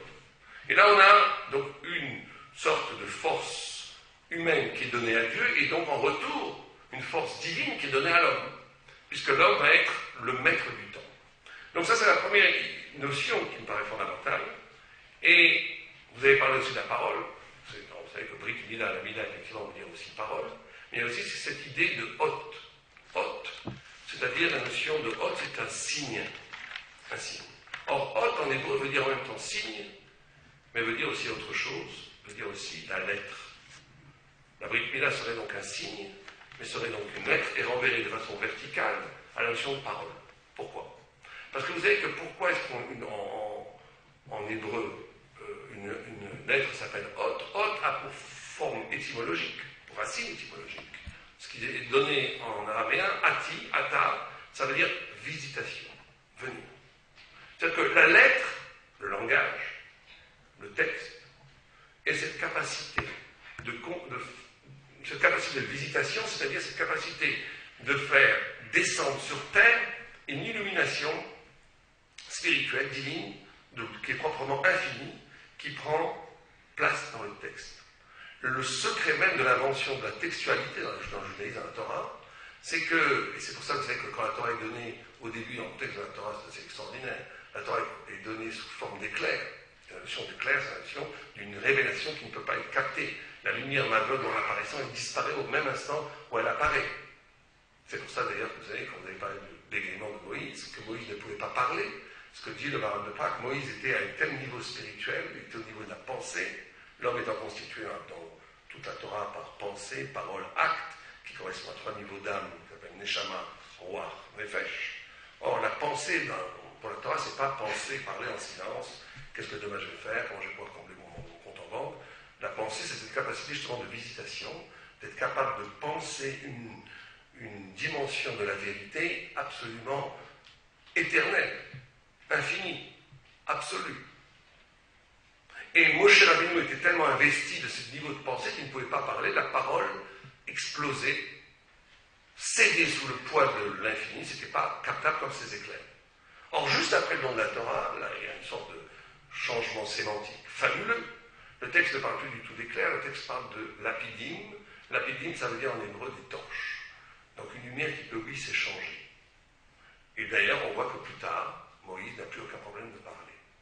Donc la parole de la Torah est une parole, justement, qui au cœur même du système linguistique, parce qu'on peut parler de façon très ronde, très bien, tout à fait confortable, mais en gommant, en niant ce niveau de transcendance. Ça, c'est pas du tout le propos.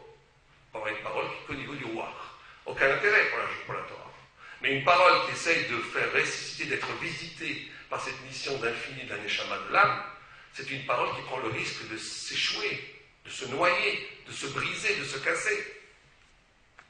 Et Moshe a pris ce risque et il est arrivé à une parole de plénitude, qui est la Torah elle-même. La Torah elle-même, vous savez que dans le Sefer Torah, vous avez le blanc et le noir, et que si 2 lettres se toucheraient à peine, tout le Sefer Torah n'est pas souple, il n'est pas cachère.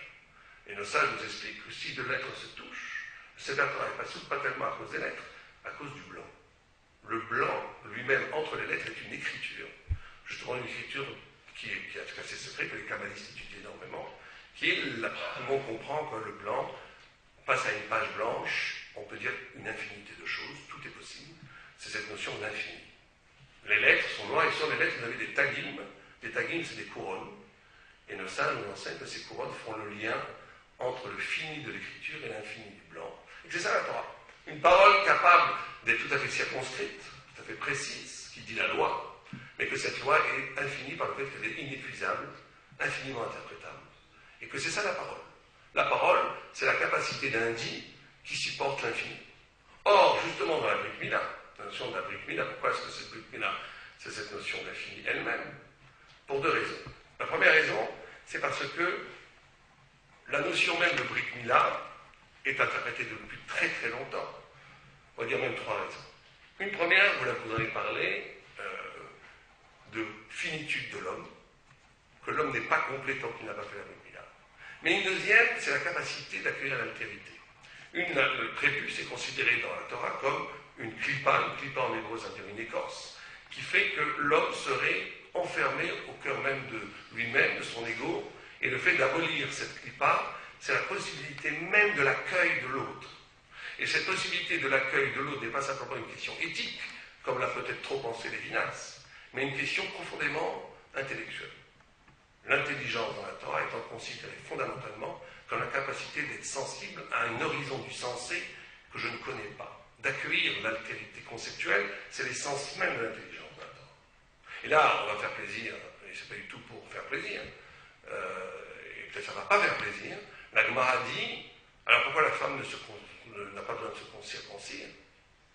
Elle a elle aussi besoin de cet effeuillement de l'ego, de la volonté de puissance, de cette rupture, de cette fêlure dans la muraille de l'ego, pour que puisse rentrer l'altérité, qui est l'essence même de l'intelligence et qui est l'essence même de la capacité du discours thoraïque, qui est que la maîtrise même de ma parole doit être fragilisée par une fêlure pour laisser rentrer le blanc de l'infini. Et la Gemara donc pose une question en disant, mais alors la femme? Et la Gemara répond, la femme est déjà circoncis. Isha Meoula.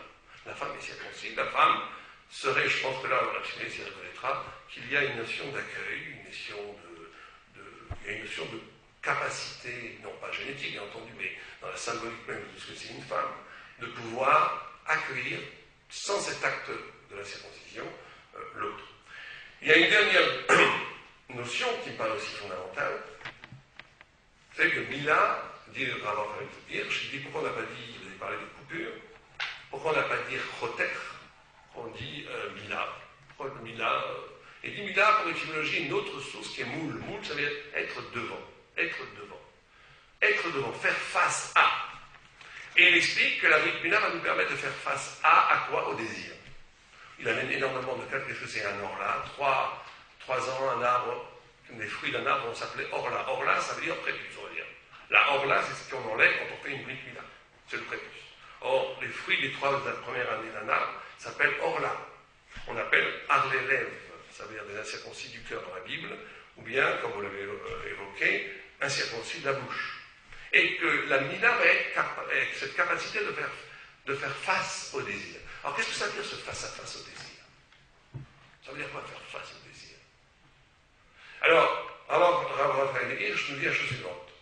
Il dit que le lieu du désir, c'est le lieu peut-être le plus important de l'existence humaine, dans la mesure où c'est oneg, qui veut dire plaisir, ou désir, oneg, plaisir plutôt à la Torah, c'est les mêmes lettres que nega. Nega, ça veut dire plaît.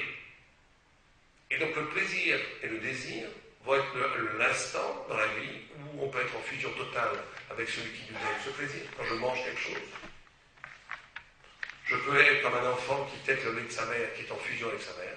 Quand je mange quelque chose, je vais être en fusion avec celui qui me donne à manger, c'est-à-dire avec Dieu. C'est un moment extraordinaire. Le premier commandement que Dieu a donné, c'est un commandement qui a trait à la nourriture. Tu ne mangeras pas le fruit de l'arbre. Puisque dans la nourriture, dans le rapport au désir, et à tous les plaisirs et à tous les désirs, il doit y avoir ce problème, cette ambivalence, où d'un côté, la Gemara nous dit « Ta'avot mevakesh nifrad », la pulsion, le désir demande la solitude, la rupture justement avec l'autre. Quand on veut manger seul, quand on ne veut pas communiquer, on veut être seul. Ça, c'est une néga, c'est la lèpre. Ou bien, au contraire, le plaisir peut être le lieu ultime du lien réel de la vie. Au point où le Maharal de Prague pose une question tout à fait rigolote en disant pourquoi Dieu a créé qu'une seule bouche? Est-ce que c'est par économie? Il a créé une bouche sur laquelle on parle et on mange. Comme si le lieu par où rentre la vie devait être le lieu où devait ressortir, où était restituée la vie spirituelle. Et donc, être devant, la Brit Mila nous permet d'être devant ce désir, face à face avec le désir, et il dit une chose très simple, il dit que le rapport que le peuple juif a avec le désir grâce à la Brit Mila, c'est justement un rapport où le désir n'est pas du tout condamné comme dans une certaine, pas dans toute, dans une certaine tradition chrétienne, mais au contraire, il est magnifié, mais il doit être magnifié au sens où, avant toute expression du désir, il faut qu'il y ait un sens. Ça veut dire que, on peut dire les choses très simplement, un tzaddik, manger pour manger, ça n'intéresse pas. c'est pas intéressant de manger. Moi, je ne suis pas une vache qui doit manger. C'est Shabbat. Il y a un sens à mon acte de manger. Alors c'est tous mes sens et mon appétit qui s'allument. Avoir des relations sexuelles, pas avoir des relations sexuelles, pas très intéressant. Il y a un sens en amont. Alors là, c'est pas... Non, alors là, il y a les deux pièges à ne pas tomber. Un piège de dire le plaisir pour le plaisir, un piège de dire le devoir pour le devoir. Ces deux postures existentielles sont complètement condamnées par la Torah. C'est au contraire le plaisir, mais un plaisir qui va allumer les sens à un niveau extrêmement raffiné, mais du moment que c'est un sens. C'est pour ça que dans la Torah, tam, qui veut dire le goût, et tahama, qui veut dire l'intelligence, a la même racine étymologique. C'est aussi en français le sens et le sensoriel. Même en français, il y a une intelligence du verbe, c'est tout à fait lié. Et donc je conclurai juste avec une histoire que avec Rabbi Akiva et Tourneau Samacha. Tourneau Samacha était un gouverneur romain qui se targuait d'être un grand philosophe et qui provoquait Rabbi Akiva en public et il se prenait des claques chaque fois par les talmuds de Rabbi Akiva. D'ailleurs, à la fin de sa vie, il a demandé à sa femme d'aller draguer Rabbi Akiva pour le faire succomber. Et Rabbi Akiva l'a vu, a pleuré, a ri, a craché. Il a pleuré parce qu'elle dit, elle était très très belle. Elle dit, toute cette beauté un jour sera enterrée sous la terre. Il a craché en disant, la beauté c'est pas intéressant. On pourrait faire tout un cours sur la beauté. Et il a ri parce qu'il a vu par prophétie, par roi HaKodesh, par inspiration divine, quelle serait sa femme. Et c'est effectivement la troisième femme de Rabbi Akiva. Elle s'est convertie plus tard, elle s'est mariée avec lui. Mais ça veut Tourneau à Rachat, qui voulait absolument... Il disait, mais vous êtes des mécréants. Parce que Dieu nous a créés avec un prépuce, pourquoi vous allez contre Dieu? Et Rabbi Akiva lui a apporté du blé et un gâteau. Et il lui a dit, qu'est-ce que tu préfères manger, le blé comme ça cru ou le gâteau? Il a dit, le gâteau, il a dit, tu vois, c'est pareil. Il faut une transformation. Et cette discussion va très très loin. Parce qu'être partenaire du divin dans la création de l'homme, c'est quelque chose de fondamental dans la Torah, parce que ça voudrait dire qu'une partie justement de l'identité humaine, et juive par excellence, c'est que la liberté n'est donnée que pour essayer d'être choutaf, c'est-à-dire partenaire, associé à Dieu. Ça veut dire que c'est moi qui vais donner le sens à ma vie, mais à partir d'un donné, à partir d'un sens qui est déjà là, et de pouvoir, à partir de ce sens qui est déjà là, bâtir un sens qui va des fois dépasser le sens même prévu initialement par Dieu. On peut avoir des textes remarquables dans la Gemara où des grands sadikim profèrent des vérités que Dieu, quelque part, soi-disant, n'avait même pas envisagé. Et Dieu, au lieu de s'en offenser, dit, ils m'ont bien eu mes enfants, ils m'ont bien eu mes enfants, ils m'ont rendu éternel mes enfants, ils m'ont rendu éternel mes enfants. Tout dépend comment on fait un jeu de mots avec les mots. Voilà, c'est ce que je voulais vous dire sur la Biblia. On attendra bien sûr des questions.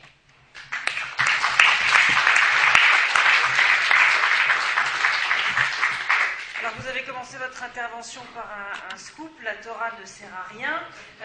Au-delà de la servitude, vous avez dit que la Torah en fait n'était au service de rien et certainement pas du bien-être.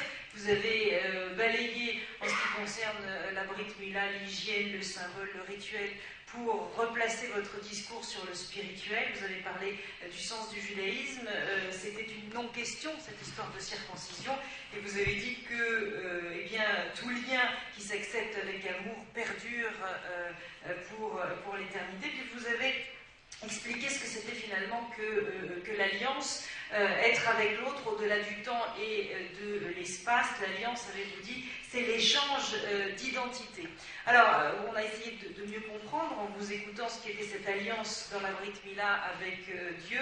Je prends le risque de couper une partie de mon avenir pour l'offrir à Dieu, avez-vous dit. Il offre en échange le contrôle du temps, l'homme, et ce sont vos termes, et le maître du temps. Ensuite, sur la Brit Mila, vous avez évoqué 3 points. D'abord, la finitude de l'homme, la capacité enfin d'accueillir l'altérité, avec une petite incidence sur la femme qui est déjà circoncis et qui a déjà cette capacité d'accueil à l'autre. Enfin, vous avez exprimé le 3e point, faire face au désir, un désir magnifié, mais il faut, avant l'expression de ce désir, lui donner un sens, ce qui revenait au premier propos que vous teniez, votre conclusion avec l'histoire que vous venez de nous raconter, être partenaire de Dieu dans la création de l'homme. Et c'était là votre conclusion. Voilà, pour ce qui est des 3 interventions, alors maintenant c'est à vous de jouer, parce que j'imagine qu'il va y avoir beaucoup de questions, et ce sont des questions très diverses, donc eh bien, n'hésitez pas, exprimez-vous. C'est toujours, alors, à chaque fois que nous nous retrouvons, l'histoire est toujours la même, c'est que la première question ne vient jamais, et puis ensuite, dès qu'on arrive à la deuxième question, impossible, voilà, vous êtes génial. Alors vous êtes un génial. Je ne sais pas qui vous êtes, mais vous êtes extraordinaire, parce que après vous, ça va partir. Dans le partage de la parentalité, est-ce qu'il n'y a pas un rapport entre la femme qui coupe le cordon ombilical et l'homme qui coupe le prépuce? Vous posez la question à qui? Ah oui. À moi. Oui, il y a sûrement. Cette notion de. Encore une fois, c'est pas un débat psychanalyste-histoire, mais encore une fois, cette notion de séparation. Une fois, j'étais dans un colloque où un psychanalyste a dit la bar mitzvah, c'est formidable, ça permet à l'enfant de séparer la maman, l'enfant de la mère, ça le rend adulte, etc. Tout ça est vrai, mais ce n'est pas une cause, c'est une conséquence. C'est-à-dire que la notion de séparation, on l'a dit, elle est constitutive du lien. Correct-brit, c'est que pour avoir un lien, il faut se séparer. Vous savez que le fusionnel dans la Torah est très mal vu. Au point où, quand Dieu a voulu créer l'homme au début, il y a un texte fameux qui nous dit qu'au début, Dieu a voulu créer l'homme et la femme séparément. Et qu'après, il a vu que ça y aurait des guerres. Aujourd'hui, on n'a plus des guerres entre les nations, il y a des guerres entre un continent féminin et masculin. Il a dit on va les créer de la même chair. De la même chair. Et tout le monde pose la question en disant mais pourquoi est-ce que Dieu n'a fait ça qu'a posteriori? Ce qu'on appelle en hébreu bidiavad. C'est-à-dire qu'il aurait voulu, à l'origine, créer l'homme et la femme complètement séparés. Et ce n'est que parce qu'il a été forcé, soi-disant, façon de parler, qu'il les a créés à partir d'un même tronc de corps. Parce que la réponse me donne, c'est parce qu'effectivement, la vraie unité se passe par le respect d'une différence radicale des deux. Et donc, la notion que, effectivement, cet enfant advient par le fait qu'on coupe le cordon ombilical, et aussi qu'il advient par le fait que le père, en coupant le prépuce, et aussi participe à la naissance de cet enfant, puisqu'une partie de la plénitude de l'identité humaine et juive de cet enfant va être le fait que, par le père, en coupant le prépuce, il fabrique cet enfant. Et donc, il participe à l'accouchement, quelque part, avec la mère. Donc, c'est un travail à 3. Et donc, effectivement, quand la mère coupe, quand on le coupe pour elle, le cordon ombilical, en se séparant, elle donne l'autre à naître, et le père, en coupant le prépuce, occasionne une naissance de plénitude de l'identité juive et humaine de cet être. Donc il y a effectivement une corrélation entre les deux. Mais ce qui est important, c'est de comprendre cette notion-là, cette notion qu'en coupant, en retranchant, je donne. Et comme je disais, on une boutade tout à l'heure, en retranchant, je donne l'essentiel. C'est quoi? Le devenir, c'est-à-dire la possibilité de toucher le blanc, l'infini, d'avoir une vie qui va essayer de se cheminer dans la recherche de la vérité pure. Parce que, encore une fois, on va parler de tout, mais là où il va y avoir des coupures radicales dans une approche thoraïque et non thoraïque, ça va être sur ces points-là. À quoi sert la vie? Et là, le judaïsme le dit sans détour. La vie n'a de sens et ne sert qu'à cela. Ça veut dire l'infini désir de la vérité. Une vie pour s'épanouir, une vie pour vivre une gentille vie sympathique. Donc pour le judaïsme, ce n'est pas une vie intéressante. La vie n'a d'intérêt que si elle est au service d'une recherche, de l'absolu de la vérité. Or, la Brit Mila est l'acte initial de cette recherche. Monsieur. Attendez, on va vous donner un micro, ça va être plus facile pour vous. Donc, on va essayer de faire des liens entre tout ça, parce que ce qui nous gêne un peu, c'est les 3 univers un peu en orbite chacun. Donc, vous avez dit tout à l'heure, M. Saldin, que la circoncision, c'est aussi pour, je reprends les mots parce que c'est important, couper l'écorce pour aller accueillir, pour être sensible à un horizon que je ne connais pas. Alors ça rejoint complètement la psychanalyse, c'est-à-dire aller vers, non pas le désir comme vous avez dit, mais vers quelque chose qui est dans le sens du questionnement, de l'interrogation, du mouvement, et donc là, si vous voulez, c'est à cet endroit-là que je trouve qu'il y avait un lien entre ce que disait tout à l'heure mademoiselle Viennet et vous. Là, vous parliez du désir et l'autre parlait du manque, c'est-à-dire c'est ce vide, en fait, qui nous attire et qui nous pousse à aller vers quelque chose que nous ne connaissons pas de nous-mêmes. C'est-à-dire, vous parlez d'absolu, et c'est-à-dire quelque chose qui serait extérieur, et la psychanalyse dirait que c'est quelque chose qui passe à l'intérieur. Mais c'est la même chose, en fait. Je ne crois pas que ce soit la même chose. Pour moi, c'est la même chose. Pour vous, oui. Non, ouais, alors, maintenant, je vais rebondir sur... Non, je réponds à ça. Je ne crois pas que ce soit la même chose. Et comme j'ai dit tout à l'heure, il y a beaucoup de flirts, de choses intéressantes, de parallélisme. Là, ce n'est pas un hasard si Freud était juif. Mais là où je veux simplement dire, que la notion d'altérité, et non pas la notion de reconstruire à partir du discours un équilibre psychologique, mais la notion d'altérité, elle n'est pas simplement une question de désir, elle est une question profondément liée à l'intelligence. C'est ça que je voulais dire surtout. L'intelligence, puisque la notion d'intelligence dans la Torah est fondamentalement liée à la cassure d'un système cognitif qui est référentiel. Et d'être capable d'être visité par une dimension bouleversante, éblouissante et bouleversante, et de la faire sienne toujours, mais que ce sien, c'est qu'on est constitué par un ailleurs. C'est ça qui est fondamental dans la notion d'altérité. C'est que l'homme, comme disait Lévinas, n'est pas nucléaire. Ça n'est pas nucléaire, c'est pas la bombe atomique, c'est qu'il n'y a pas un noyau avec des électrons qui tournent autour, c'est qu'il n'est pas un être égotique. Fondamentalement, l'ego est un imposteur. Fondamentalement, l'être est constitué par l'altérité, c'est-à-dire qu'il est constitué dans son essence par quelque chose qui vient d'ailleurs, et donc c'est toute la notion spirituelle, fondamentalement spirituelle, qui est en jeu ici. Je voudrais juste rebondir par rapport à ce que disait Mademoiselle Genet, elle a effleuré un thème qui moi m'intéresse, c'est la notion de circoncision psychique. Est-ce que vous pourriez développer un peu ce que vous entendez par circoncision psychique, c'est-à-dire que justement c'est l'esprit qui là revient au premier plan. C'est-à-dire que c'était l'objet de tout mon débat et de mon hypothèse, c'est qu'il n'y avait pas forcément besoin de circoncision corporelle pour que ça fasse coupure. Et que la coupure, elle vient parce qu'il y a de l'altérité, il y a de la différence, et ça fait ouverture, de toute façon, qui est une ouverture nécessaire psychiquement pour pouvoir exister et pouvoir aller vers justement l'inconnu. Là où moi, alors je ne cherche pas du tout à ce que la psychanalyse soit du côté de la religion. Je pense que pourquoi pas séparer les champs, c'est très important. Je suis surprise que vous ayez entendu dans mon propos la question que ça serve à quelque chose la psychanalyse. Parce que ma position d'analyste, c'est que ça ne sert à rien. Enfin, en tout cas, c'est pas là pour servir. De surcroît, il y aura du bien-être. Mais ce n'est pas la fonction première. La fonction première, c'est l'ouverture, la surprise, ce qui va advenir et comment on va pouvoir se libérer de ce qui nous emmêle dans nos relations familiales et psychiques difficiles. Donc c'est pas dans la question Je parlais plutôt de la mobilisation au service du symbolique pour permettre à l'enfant d'advenir, pour permettre à l'enfant de se séparer, pour ne plus être un objet de la mère. Tout ça est vrai, mais encore en dernière instance, quand on raisonne comme ça, on raisonne en termes utilitaires psychique, mais utilitaire. Ça sert à quelque chose. Ça sert à quoi? Ça sert à l'enfant de se séparer de la mère. Ça sert à quoi? Ça sert au père à prendre sa place, etc. etc. C'est à ce niveau-là où il y a là vraiment une différence, je pense, mais d'ailleurs c'est tout à fait respectable comme position. Je ne dis pas que c'est négatif.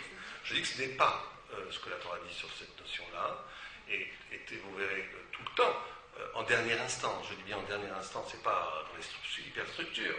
Bien entendu que la psychanalyse est capable d'accueillir l'inconnu, la nouveauté, l'éblouissement, toutes sortes de notions fondamentales dans le rapport humain. Mais en dernière instance, on va toujours vouloir donner un sens utilitaire. Quand je dis utilitaire, c'est un peu trop gros comme mot, on va dire performatif. Moi, je dirais que la principale différence entre vous et moi, c'est que vous, quand vous dites que ça va vers l'amour, moi, je ne sais pas ce que ça veut dire. Et moi, j'entends, enfin, là où j'ai envie de... Je ne vais pas parler d'amour. L'altérité, mais vous avez aussi parlé, me semble-t-il, de la dimension de l'amour qui fait alliance. Être ensemble au-delà de l'espace et du temps, ça peut être aussi dans une question d'amour, oui. Et pas que dans l'amour. Et moi, je me demande qu'est-ce qu'on fait de toutes les pulsions agressives et de tous les sentiments ambivalents qu'on peut ressentir les uns pour les autres. C'est peut-être ça la grande différence. Enfin, pourquoi moi je suis profondément laïque, c'est que je ne sais pas ce que c'est que la transcendance. On est d'accord. Pardon, monsieur. Madame, j'avais pas vu madame, pardon, mais la lumière est particulièrement violente. Roland Meyer, donc psychanalyste, je voudrais dire 2-3 petites choses. D'abord, remercier chacun des intervenants, Marc Zerbib entre autres, d'abord, puisqu'il a parlé le premier, pour la clarté et la précision de son propos. La seconde chose que je voudrais dire, c'est qu'il faudrait éviter de tomber dans un conflit entre judaïsme et psychanalyse, parce que c'est pas le propos, et d'autant plus que la psychanalyse est une histoire juive, et c'est là-dessus que je vais essayer de dire pourquoi. Effectivement, je ne crois pas du tout qu'il s'agisse de bien-être ni d'utilitarisme. Je crois que la psychanalyse, Freud l'a dit, la guérison vient de surcroît, comme a rappelé ma collègue Hélène Guéné.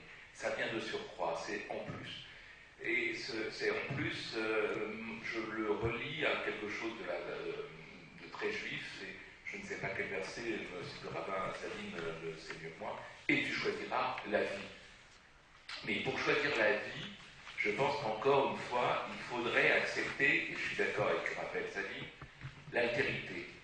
Mais l'altérité, ce n'est pas simplement l'altérité transcendantale, même si ça existe, ce n'est pas simplement l'altérité de l'autre, c'est l'altérité de soi-même. Et c'est là où, quand on dit par exemple que la femme est circoncis, je ne sais pas comment on dit en français, ça n'est pas juste psychanalytiquement.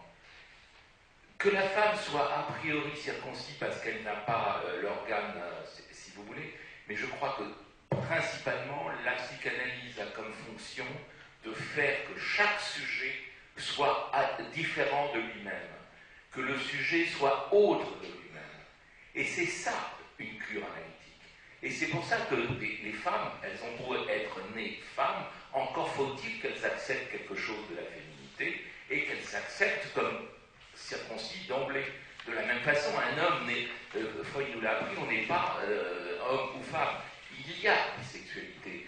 Et la bisexualité, c'est accepter l'autre en soi. Et c'est à ce niveau-là, je crois qu'on est d'accord entre, je suis juif aussi de surcroît, entre juif et psychanalyste. C'est parce que quand vous parlez de Rabbin Saline, de couronne, mais c'est exactement ça que la castration psychanalytique désigne. C'est en quoi la castration est une couronne qui permet de faire l'être sur le corps et de nouer le sujet avec lui-même comme autre et avec ce lieu autre que vous appelez Hachem et que Jacques Lacan appelle le lieu du grand autre. Et je termine parce que je ne fais pas une conférence. En plus, lorsque vous parlez de... Vous êtes contre la chute par rapport à la transcendance, mais mathématiquement, ça s'appelle la droite infinie. Et la droite infinie veut dire simplement que quelque chose qui chute rejoint l'infini. Et là, nous sommes d'accord. Alors, ça n'est pas une conférence, mais vous me laissez quand même vos coordonnées, si vous voulez. Ça, c'était la première chose. Pour la deuxième chose, délicieux, un psychanalyste juif qui a failli faire un lapsus et qui a failli dire coupure à la place de couronne en parlant de la circoncision. Là, elle a été notée. Donc, est-ce qu'il y a... Merci en tout cas infiniment, évidemment, pour votre intervention, monsieur. Est-ce qu'il y a d'autres questions? Je vais réagir. On ne va pas rentrer, mais vous l'avez fort bien dit, dans un débat religion-psychanalyse, parce que ce n'est pas du tout le thème de ce soir. Donc, on va essayer de rattraper, si je puis dire, le thème, en dépit de cette incidence qui était tout à fait passionnante et tout à fait intéressante, et qui peut-être pourrait être d'ailleurs l'objet d'un débat. Il faudrait le faire. Oui, mais il va falloir qu'on le fasse. Donc on va s'organiser ça. Tout à l'heure devant le buffet. Tout à fait, on peut le faire. Raphaël. Oui, avec un nom comme Meir, vous ne pouvez être que juif, hein, c'est sûr. Mais non, je ne vais pas vous répondre sur le fond. Je pense qu'il y a une différence radicale et de façon presque inconsciente, en jouant sur les mots. Je pense que vous avez vous-même formulé la dimension performative de la psychanalyse par rapport à cette rencontre, prendre le risque véritablement de l'ailleurs que procure la pratique spirituelle thoraïque. Mais juste sur un petit point, je vous réponds. Là, quand je dis que la femme est circoncis, enfin, c'est pas moi qui le dis, c'est le Talmud qui le dit. Quand le Talmud dit que la femme est circoncis, il ne dit pas du tout qu'il ne faut pas faire le travail travail de, justement, vous l'avez fort bien dit, de rencontrer l'autre en soi. Quand je dis que l'homme, on est constitué par la guerre, c'est effectivement que quand le moi n'est pas nucléaire, c'est bien ça que ça veut dire. Ça veut dire que je suis constitué par un autre qui est plus intimement moi que moi. Mais c'est que ce travail ne passe pas juste par l'acte physique de la circoncision. Mais la femme, bien entendu, doit faire ce travail. C'est évident. Alors, je vais donner la parole à ce monsieur et à une dame qui la voulait. Avant, je vais m'autoriser deux questions. Deux questions en ce qui vous concerne, et puis ensuite, évidemment, je vous laisse tout de suite la parole. La première question concerne les moelles. Vous êtes médecin. Vous avez rappelé vous-même que la circoncision, c'était le premier acte chirurgical. C'est donc un acte médical. On n'est pas du tout dans quelque chose d'autre que le médical. Comment, d'un point de vue éthique, on peut accepter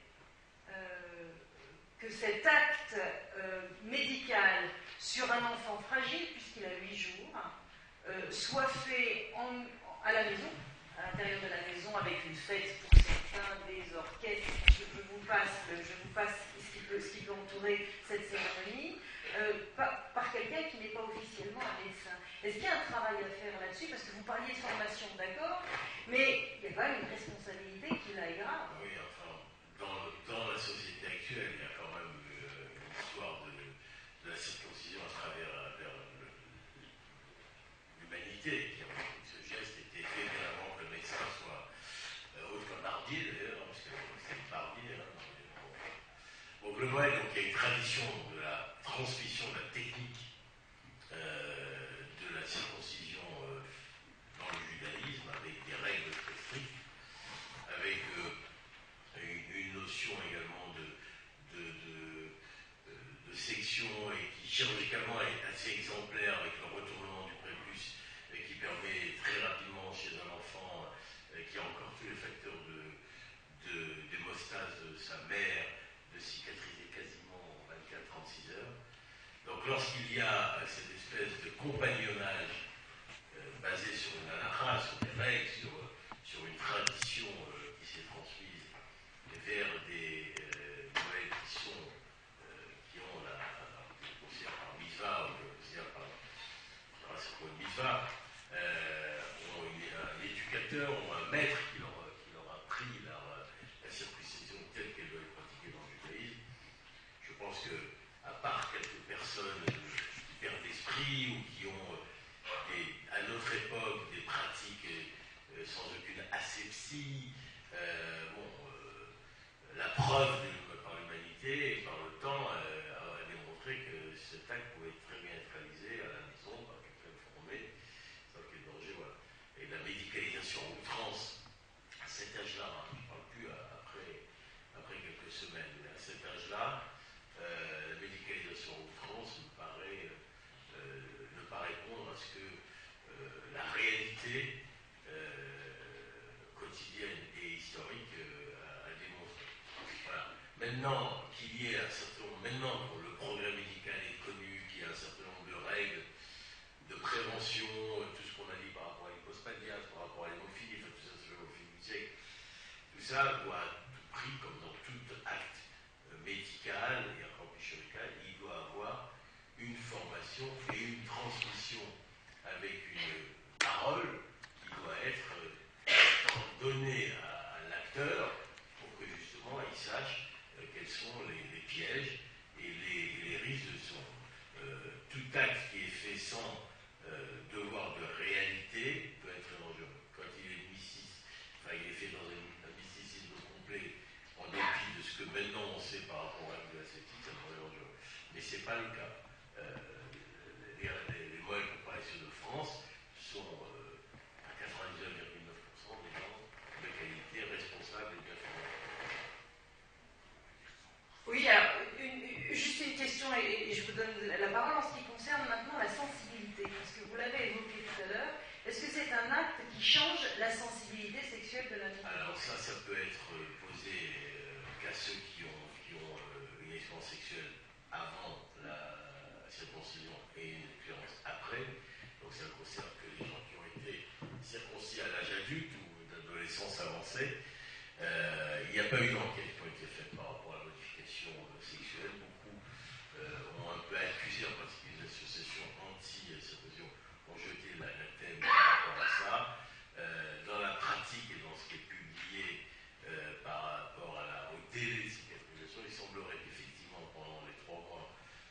suivre une circoncision à l'âge adulte, le temps de la kératinisation du gland, il y ait une certaine modification du plaisir sexuel. Et même une certaine intolérance au fait que le gland soit à nu pendant cette période-là où il doit effectivement que se pension, que s'épidermiser. Mais il n'y a pas eu de personne médicalement, personne n'a osé faire une enquête sur sexualité avant et après cette consigne. Mais c'est pas un bon sujet. Alors, il y avait un monsieur qui voulait la parole, il y a déjà le micro, une dame et Bruno. Merci. On voit qu'aujourd'hui, il y a beaucoup d'études qui montrent que le pénis, quand c'est circoncis, ça c'est beaucoup mieux dans la question hygiénique, pour la question, par exemple, pour les maladies, de transférence de maladies, et des choses comme ça. Et comme les anciens niveaux étaient des gens assez pratiques, je demande si ce n'était pas comme une question, par exemple, avec le porc, on ne mangeait pas le porc parce que le porc était susceptible d'avoir une certaine maladie. Bon, donc, en 5500 ans, quelque part là-bas, c'est hautement possible que les anciens niveaux, ils ont trouvé que c'était beaucoup mieux dans le sens hygiénique, même à ces époques-là, de faire de circoncision. Et donc, ils ont fait de circoncision. Pour répondre un petit peu au petit commentaire sur les questions qu'on parle de psychanalytique et tout ça, 5500 ans, c'est beaucoup avant M. Freud. Donc, c'est très gentil son théorie sur la castration et tout ça, mais tout ça, c'est un petit peu une rationalisation. On peut être d'accord ou pas d'accord, mais il faut voir que tout ça, c'est uniquement des théories. Mais on ne parle pas de la même chose. Oui, on ne parle pas tout à fait de la même chose. Alors, vous êtes en train de me faire une guerre, parce qu'on avait déjà religion et psychanalyse, maintenant vous faites médecine et religion. L'approche hygiéniste, elle est facile, elle est classique, et elle est complètement... La première phrase du rabbin vous répond. C'est-à-dire qu'il n'y a pas d'utilitarisme à l'acte. Il est dans une transcendance. Si vous trouvez que dans le judaïsme, que c'est bien parce que c'est utile, c'est bien pour éviter les maladies sexuellement transmissibles, pour éviter les problèmes d'hygiène, ok, c'est une manière de voir.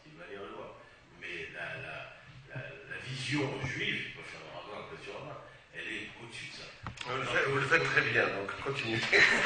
Alors que vous y voyez effectivement un progrès, puisqu'on l'a montré, arrivé après que j'ai fini, on voit bien, on a montré que ça diminuait les infections HIV, et ça a diminué la cancérisation, parce que dans le cancer du pénis, il y a des phénomènes d'infection chronique. C'est par infection chronique qu'il y a une cancérisation. Et donc, là, il y a eu des études qui ont montré vraiment que prépuce ouvert ou découvert, il y avait une propension au cancer du pénis qui était un facteur 10. Bon. Alors, Daniel, est-ce que tu peux donner 30 secondes la parole à mon futur conférencier? Parce qu'il voulait faire une toute petite incidence. Alors, très court, pour savoir si c'est utilitaire ou pas, je voudrais vous raconter une anecdote. C'est André Neher qui dit, je cite deux grands maîtres du judaïsme français. André Neher dit à Manitou, mais pourquoi t'écris donc jamais de livres? Manitou lui répond, je fais les juifs pour lire les tiens. C'est le travail de l'analyse. Très joli. C'était très très joli, elle est très très jolie. Alors, la dame que voilà, madame. Ça y est, ça a été répondu. Alors, Bruno avait une question. Et on arrête. Pas une question, c'est juste deux choses. Premièrement, tout à l'heure, monsieur le rabbin, vous avez parlé des laïcs qui font circoncire leurs enfants. À ce propos, je voudrais vous dire qu'en travaillant sur les médecins dans les ghettos en Pologne, une des premières interdictions en septembre 1939 des Allemands a été d'interdire la circoncision, et y compris en France, c'était une interdiction. Et pourtant, la plupart des parents juifs, laïcs ou non laïcs, ont circoncis, alors qu'on sait les dangers que ça avait, leurs enfants pendant cette période, et il n'y a pas eu pratiquement 99% des enfants ont été circoncis à cette période. Ça, c'est le premier point. Deuxième point, le problème de l'asepsie, des problèmes consécutifs à la circoncision. En 1843, à la faculté de médecine de Paris, il y a une thèse d'un nommé M. Cahen, qui était ancien chirurgien des armées napoléoniennes, qui a fait une thèse sur la circoncision, 1843, dans lequel il explique que les rabbins, avant de faire une circoncision, mettent un vêtement blanc. Et surtout, les rabbins, on désinfecte les ustensiles avec de l'alcool et du feu. On est en 1843. Et Pasteur doit être à peine âgé de 21 ans et n'a toujours pas fait ses travaux. Ce que je veux dire dans tout ça, c'est les travaux, en fait, le côté un petit peu avant-gardiste de toute cette médecine hébraïque qui nous intéresse à tous. Et je pense que c'est le fait qu'on fasse des pansements, le fait qu'un rabbin, un Moël, se mette en blanc, alors qu'il a fallu attendre le XXe siècle, début du XXe siècle, pour qu'à l'hôpital Cochin, un des premiers chirurgiens arrête d'opérer en monologue, je trouve que c'était quand même assez avant-gardiste. Écoutez, c'est quasiment le mot de la fin, peut-être Non, simplement, tout est vrai, mais il y a, par rapport à la première remarque que tu avais faite que dans le ghetto, effectivement, le cérémonie d'Adamia avait lieu, il y a quand même toute une génération post-guerre qui n'a pas été circoncis. Il y a toute une génération post-guerre avec un deuil qui n'a pas été fait, et là, il y a un vrai sujet. Alors, on va peut-être arrêter, mais on va continuer de se voir, puisqu'on va se retrouver à côté autour d'un